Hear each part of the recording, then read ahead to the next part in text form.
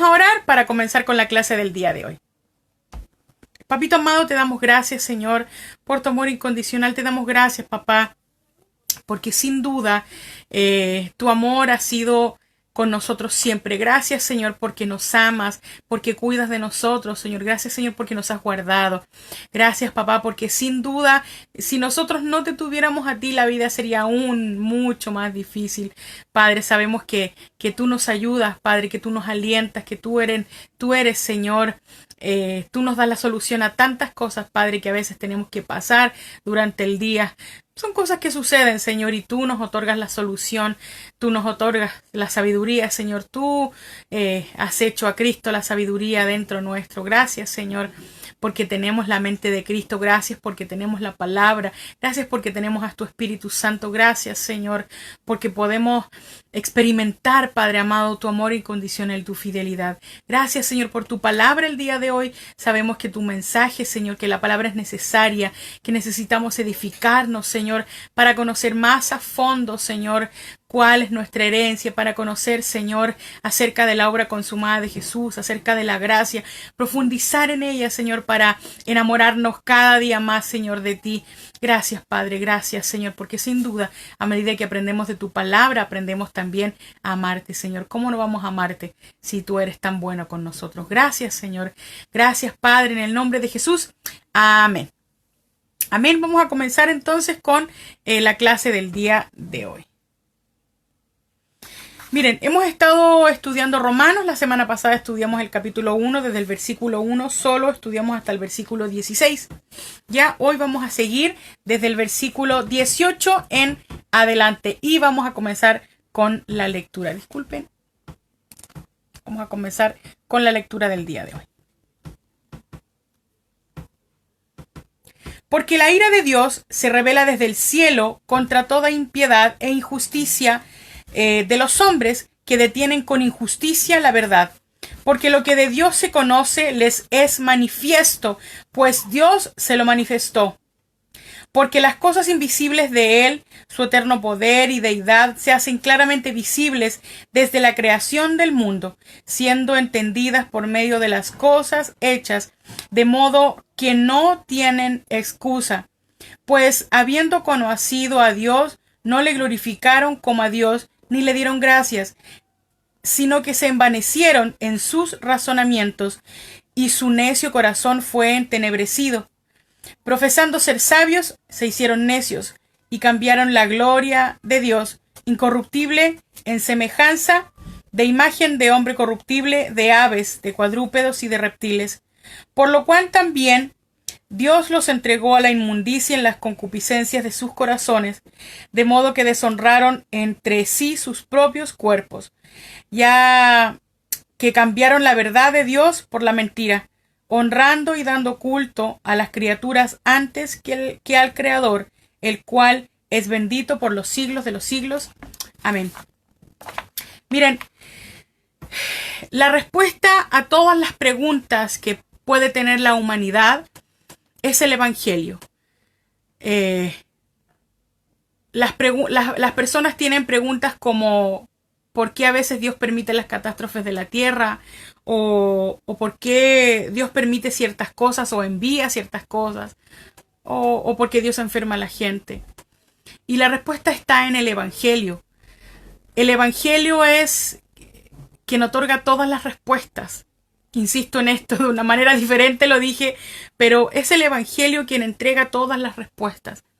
Cuando tú comienzas a aprender del Evangelio, recibes, aprendes de la obra consumada de Jesús, te das cuenta que no es Dios el perpetrador, ni el enviador, ni el provocador de las calamidades que quizás vivimos como humanidad, como sociedad, como país, como tú lo quieras ver. No es Dios el provocador. Muchas veces las cosas que suceden simplemente suceden o son consecuencias de nuestras propias decisiones, nuestras propias malas decisiones. Entonces, la respuesta es el Evangelio. La provisión de Dios, la provisión de la justicia de Dios fue a través de Jesucristo, a través de la obra consumada de Jesús. El problema es que Dios siempre ha provisto justicia para el hombre, pero el hombre ha rechazado esa justicia. Vamos a seguir leyendo. Por ejemplo, leímos desde el versículo 18 al 20, donde dice que la ira de Dios se revela desde el cielo contra toda impiedad. Todo el mundo sabe que hay un Dios.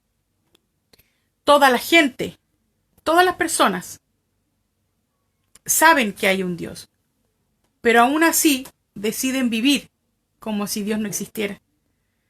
Deciden hacerlo totalmente aparte de sus vidas, de sus decisiones, de lo que hacen a diario, de lo que viven, de lo que piensan, aún sabiendo que hay un Dios. Hay tres cosas que se marcan importantes en la vida de las personas. Una es la filosofía, otra es la idolatría y otra es la lujuria. Vamos a ir leyendo. Vamos al versículo 22 del capítulo 1.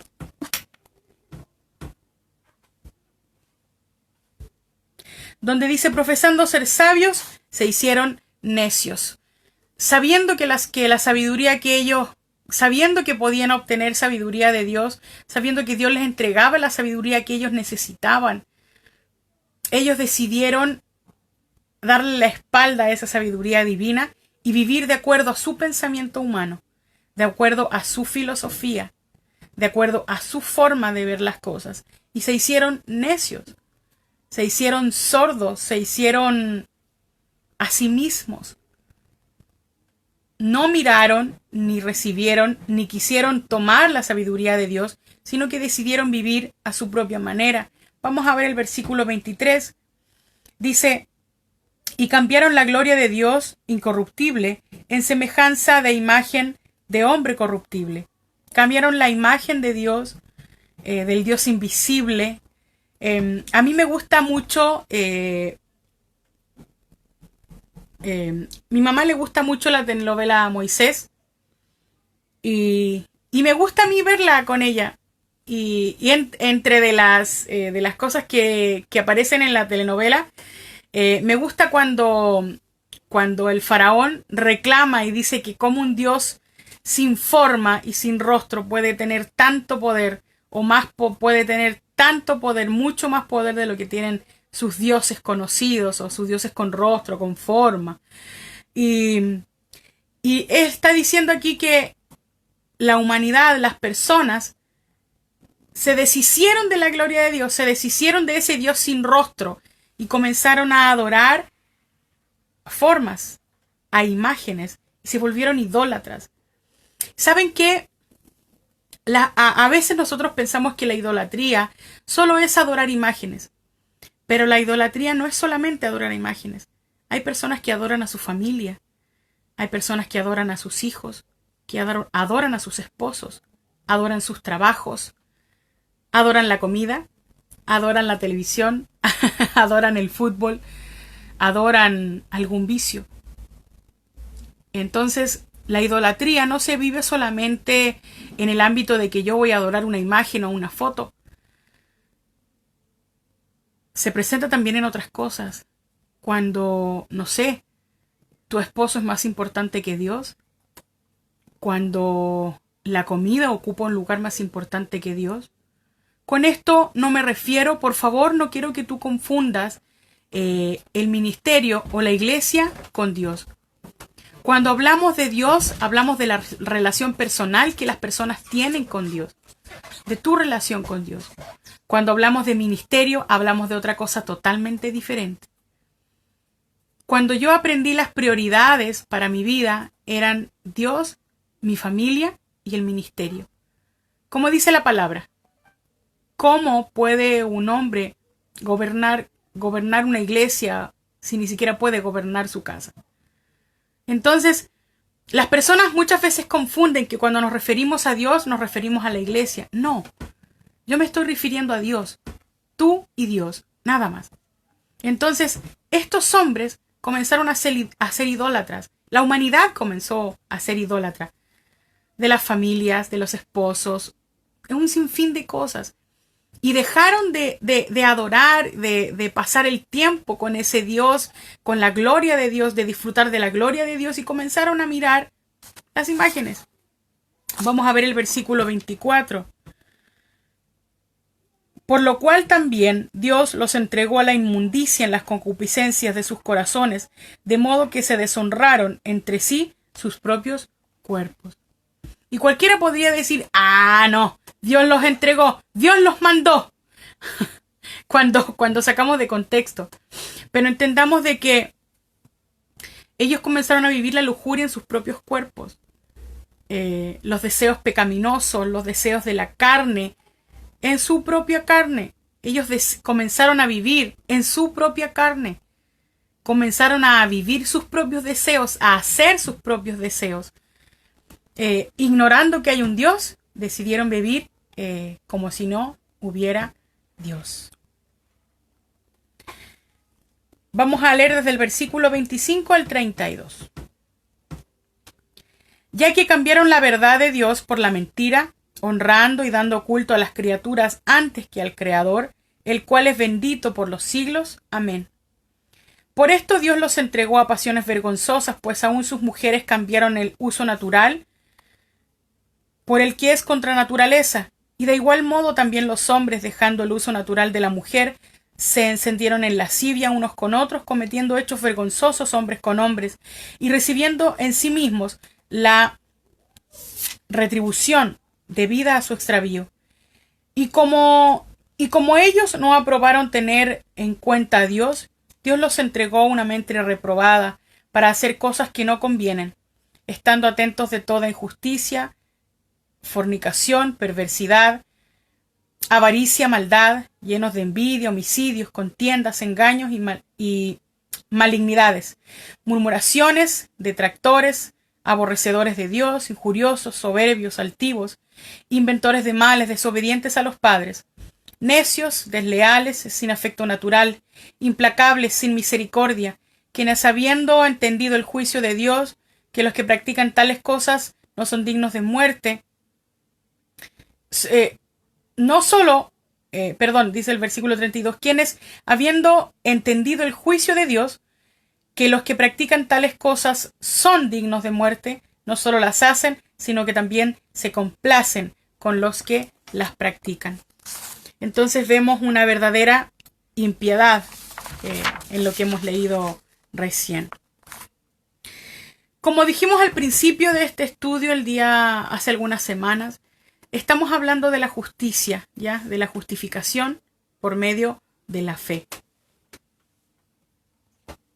Y estos versículos que acabamos de leer son versículos que normalmente se sacan de contexto, ya para establecer que quienes hayan cometido estas barbaridades no heredan el reino de los cielos y no disfrutan la gloria y son pecadores y se van al infierno. Pero entendamos una cosa importante y lo dije en las primeras sesiones de esta clase. La Biblia no tenía títulos. Esto era un rollo, era una carta gigante. Entonces, no podemos separar el versículo 32 del versículo 1 del siguiente capítulo. Y vamos a leer el versículo 32 y vamos a continuar con el versículo siguiente. Nuevamente dice, quienes habiendo entendido el juicio de Dios, que los que practican tales cosas son dignos de muerte, no solo las hacen, sino que también se complacen con los que las practican. Por lo cual eres inexcusable, oh hombre, quien quiera que seas tú que juzgas, pues en lo que juzgas a otro, te condenas a ti mismo, porque tú que juzgas, haces lo mismo. Mas sabemos que el juicio de Dios contra los que practican tales cosas es según verdad. ¿Y piensas esto, oh hombre, tú que juzgas a los que tal hacen y haces lo mismo, que tú aceptaras el juicio de Dios? Entonces, Pablo está diciendo, oye, detente un poquito, tú que juzgas estas cosas, ¿no haces tú lo mismo? Y cualquiera podría decir, no, yo no hago tales cosas, yo hacer tremendas cosas, no. Pero hemos estudiado anteriormente que quien decidiera o decidía cumplir la ley Si faltaba uno de sus mandamientos, hacía acreedor de todo el castigo de la ley. Y el castigo de la ley era la muerte. ¿Ya? Entonces, cuando tú juzgas al otro por su comportamiento, Pablo lo está diciendo, ¿acaso no estás haciendo lo mismo? Estás juzgando el comportamiento del otro. Y eso también es un problema. Amén.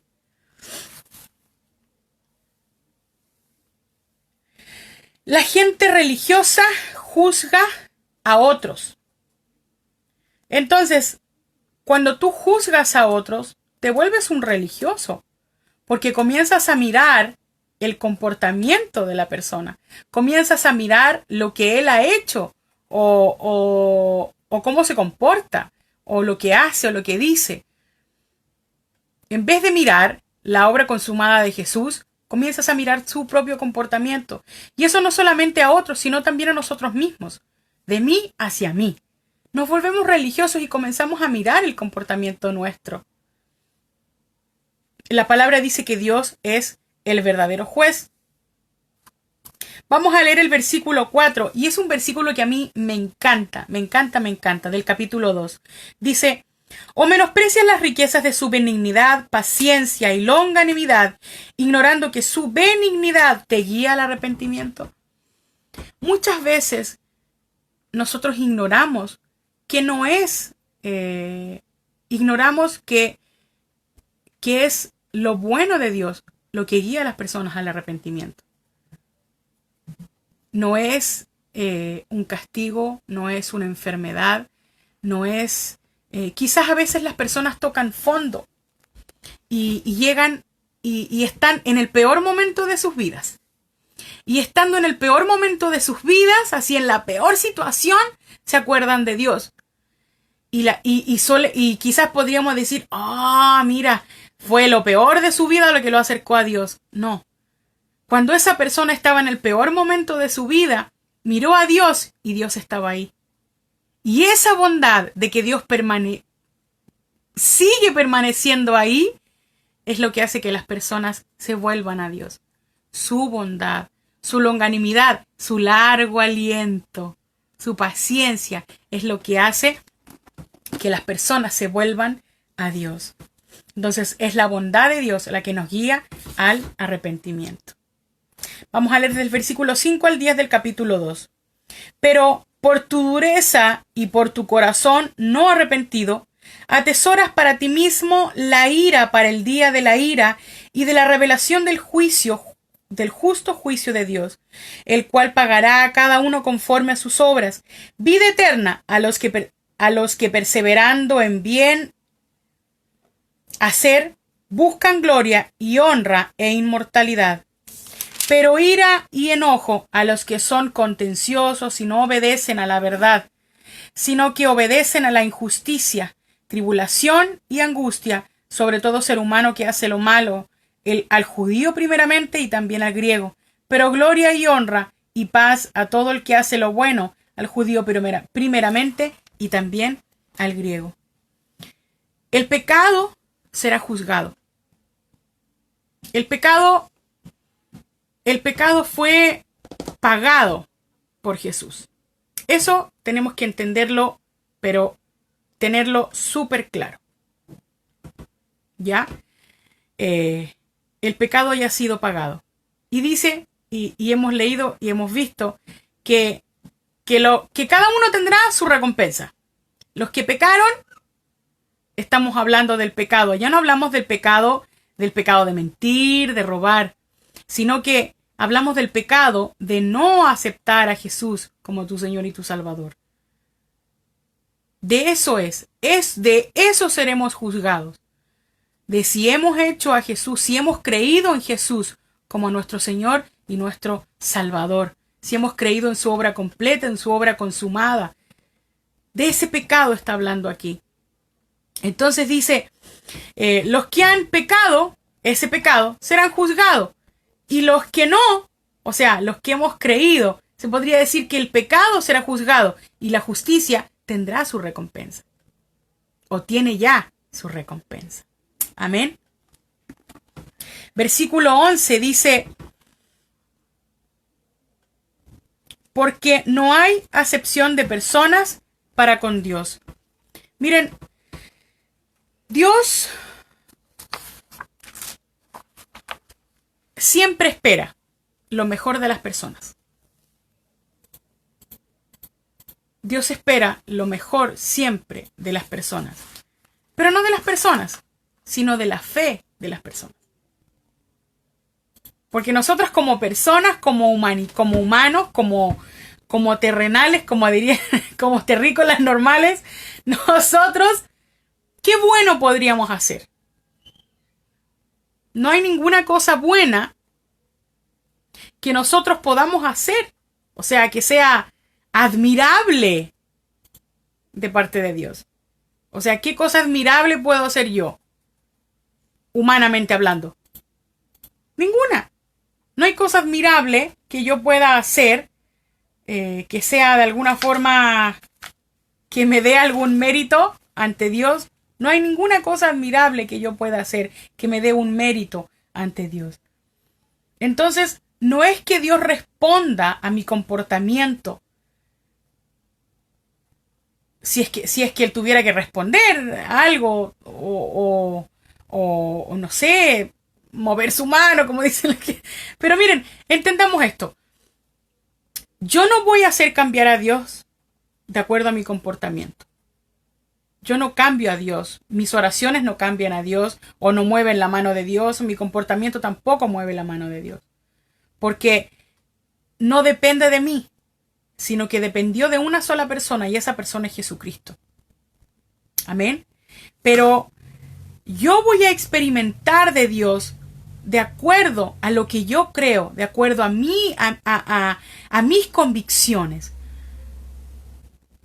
Si yo me mantengo, si yo estoy creyendo de que, no sé, de que Dios es un enfermador y de que Dios es el que trae la enfermedad, yo no voy a ir a Dios buscando sanidad. Me voy a quedar así porque voy a creer que es una prueba de Dios o que Dios me enfermó porque quiere que yo aprenda algo. Es mi creencia y voy a vivir de acuerdo a ello y voy a experimentar eso. Ahora bien, si yo creo en que la sanidad no proviene de Dios, estoy completamente segura y esa es mi convicción de que la sanidad que la sanidad proviene de Dios, de que la enfermedad no proviene de Dios, ¿yo qué voy a hacer? Tomar lo mejor de Dios, tomar la sanidad, la salud que ya fue provista para mí por medio de Jesucristo. Amén. Entonces,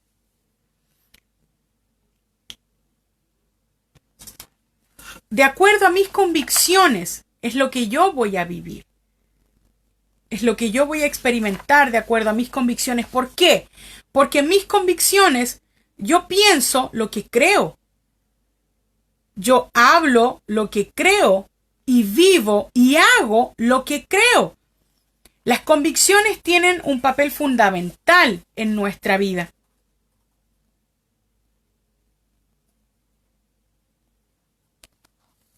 Vamos a leer el del versículo 16 en adelante del capítulo 2. El 16 dice: en el día en que Dios juzgará por Jesucristo los secretos de los hombres conforme a mi evangelio. ¿Seremos juzgados? Sí. ¿Pero por medio de qué? Claro que seremos juzgados. Todos pasaremos por un juicio.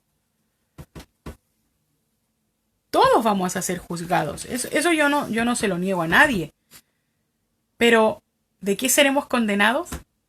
Una cosa es que seamos juzgados y otra cosa es que seamos condenados. Nosotros no seremos condenados, pero sí seremos juzgados. ¿Ya? Entonces, en el día del juicio, Dios juzgará por Jesucristo. Como que Jesucristo va a ser, no sé cómo le dicen en otros países, aquí en Chile les decimos colador. Tamiz le dicen en otro lado. Jesucristo va a ser el colador, Jesucristo va a ser el tamiz. por Jesucristo nosotros, por el Evangelio, es que nosotros seremos juzgados. Amén. Vamos a ir al capítulo 3 del libro de Romanos. Y quiero que nos sentemos un ratito en el versículo 1 del capítulo 3. Dice, ¿qué ventaja tiene, pues, el judío, o de qué aprovecha la circuncisión?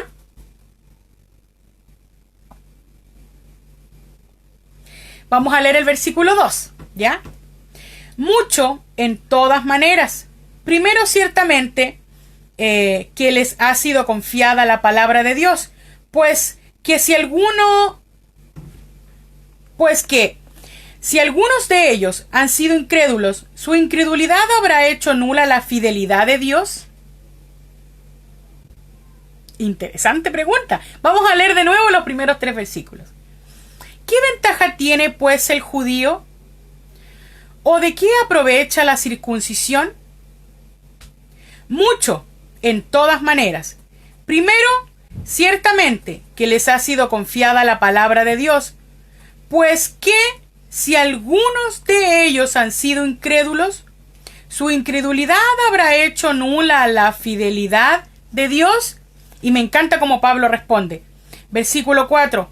De ninguna manera. Cuando hay incredulidad, cuando las personas no creen, eso no anula la fidelidad de Dios. Una vez un pastor me enseñó a plantearlo de la siguiente manera. Si tú ves un edificio de 20, 30, 10, 5 pisos, de lo que tú quieras. Cuando tú ves un edificio y tú dices, no, yo no creo en el arquitecto. ¿Por qué? Porque no lo veo. No existe el arquitecto porque yo no lo veo. Pero el edificio está hecho. No, pero no existe el arquitecto. No existe porque yo no lo he visto, porque yo no lo conozco. El asunto es que tú no conozcas o no hayas escuchado del arquitecto no significa que él no haya hecho ese edificio. Entonces, muchas veces las personas dicen, no, yo no creo en Dios porque nunca lo he visto.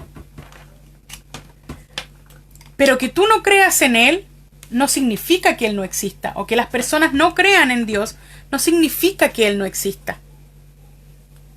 Amén. Entonces,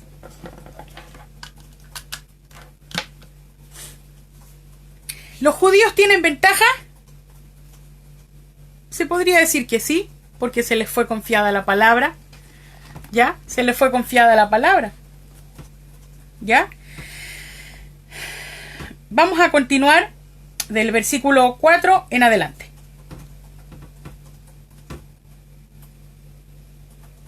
De ninguna manera. Me encanta la forma en que Pablo entrega estas respuestas. Antes bien, sea Dios veraz, sea Dios verdadero.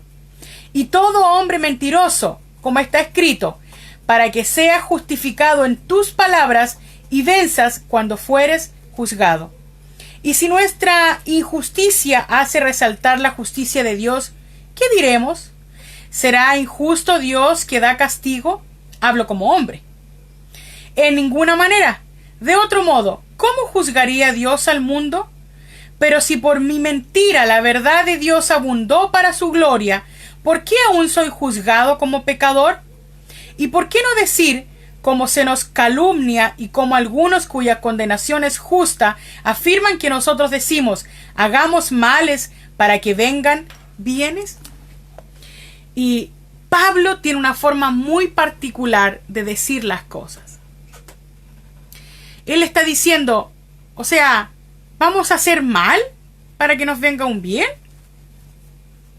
O sea, está diciendo, ¿tú crees que si tú pecas no vas a tener una consecuencia como humano? Está diciendo Pablo. ¿Acaso piensas que vas a escapar del castigo? No estamos hablando del castigo de Dios, bajo ningún punto. Pero si yo vivo una vida en concupiscencia y le soy infiel a mi marido y tengo relaciones sexuales con cualquier persona y me contagio de una enfermedad y luego me arrepiento. Sí, me arrepentí, claro que sí, me arrepentí y recibo y vivo el perdón de Dios. Pero ¿y la consecuencia natural? ¿Puede librarte Dios de la consecuencia natural? También puede librarte de la consecuencia natural. Pero aún así, eso no quiere decir que no exista alguna consecuencia natural para nosotros. Si voy en una carretera y el cartoncito dice que el letrero dice que yo tengo que caminar o manejar a 50 kilómetros por hora y voy a 70, 80 o a 100 kilómetros por hora y me detiene un policía y me saca y cometo una infracción y me saca un parte, se dice acá en Chile, una papeleta en Perú. ¿Tuve una consecuencia? Sí. ¿Tengo que pagar la papeleta? Sí.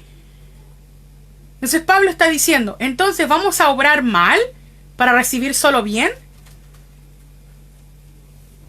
Pablo está diciendo, si tú cometes algo como hombre, está diciendo, como hombre, o sea, como humano, sí vas a tener una consecuencia natural de lo que tú hagas. Y eso no tiene absolutamente nada que ver con tu eternidad. Y eso quiero que lo tengas claro. No tiene absolutamente nada que ver con tu eternidad. Nada, nada, nada, nada que ver.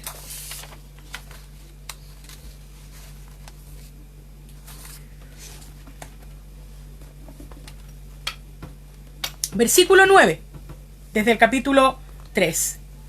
¿Qué pues? ¿Somos nosotros mejores que ellos? Está hablando de los judíos. En ninguna manera, pues ya hemos acusado a judíos y a gentiles que todos están bajo el pecado. Como está escrito, no hay justo ni aun uno, ni aun uno. No hay quien entienda, no hay quien busque a Dios. Todos se desviaron a una, se hicieron inútiles. No hay quien haga lo bueno, no hay ni siquiera uno. Sepulcro abierto es su garganta. Con su lengua engañan, veneno de áspides hay debajo de sus labios. Su boca está llena de maldición y de amargura. Sus pies se apresuran para derramar sangre. Quebranto y desventura hay en sus caminos, y no conocieron camino de paz. No hay temor de Dios delante de sus ojos.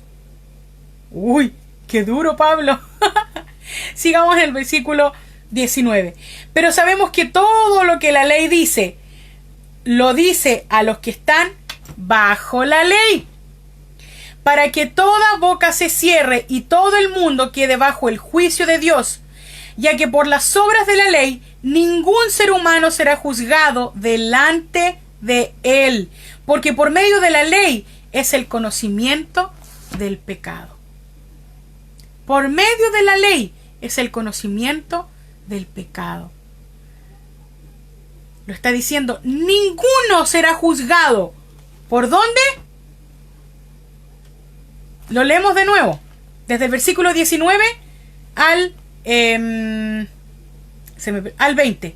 Dice, pero sabemos que todo lo que la ley dice, lo dice a los que están bajo la ley. Mi pregunta es para ti hoy, ¿tú vives bajo la ley o bajo la gracia? Si usted me dice, vivo bajo la ley o quiero cumplir la ley, déjeme decirle que está en un severo problema. Pero dice, pero sabemos que todo lo que la ley dice, lo dice a los que están bajo la ley, para que toda boca se cierre y todo el mundo quede bajo el juicio de Dios. Ya que por las obras de la ley, ningún ser humano será justificado delante de él. No hay justificación absolutamente para nadie por las obras de la ley. Porque por medio de la ley es el conocimiento del pecado. Miren, nosotros debemos comprender esto profundamente. No hay justificación para nadie por medio de la carne, por medio de las obras de la ley, por medio de tu misericordia, por medio de tu fidelidad, por medio de tu bondad. No hay justificación para ti por medio de lo que tú hagas. Es así de simple. Porque escrito está que la única forma de ser justificados es por medio de Jesucristo y de su obra consumada, de su obra terminada. No hay otra manera de ser justificados. Porque por medio de la ley, como dice lo que leímos recién en el último párrafo del versículo, es el conocimiento del pecado. Pablo dice, yo no conocí el pecado hasta que conocí la ley. Amén. Vamos a quedar hasta acá el día de hoy. Estudie. Siempre les digo lo mismo al terminar la clase. Lea el libro de Romanos. Yo sé que a veces puede parecer un poco entendible, pero yo lo animo a lo siguiente. Si usted tiene yo lo animo a que tenga más de una Biblia. Una de las versiones más cercanas a la original es la Reina Valera 1960. Pero hay otras versiones que le pueden hacer a usted más entendible lo que dice la palabra, lo que dice el libro de Romanos. Está la traducción al lenguaje actual, la nueva traducción viviente, la